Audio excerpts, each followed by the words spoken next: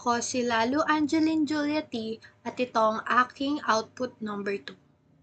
Panahon na ba para alisin ang mga batas na nagbabawal ng tradisyonal na pagdidisiplina sa mga bata?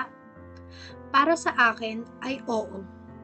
Sa panahon ngayon ay mas sensitibo na ang mga bata at maaga na nilang nalalaman ang kanilang emosyon at pag-iisip.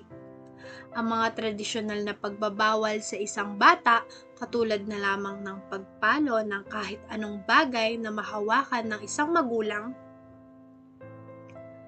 ay magkakaroon ng negatibong epekto sa kanya o sa isang bata.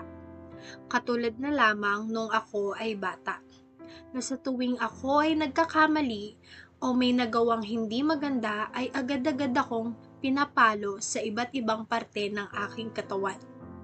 Nagkaroon ito ng pangit na epekto sa akin dahil ngayon na matanda na ako ay malayo na ang aking loob sa aking mga magulang at naalala ko pa rin ang bawat palo at iyak na aking nararanasan o naranasan.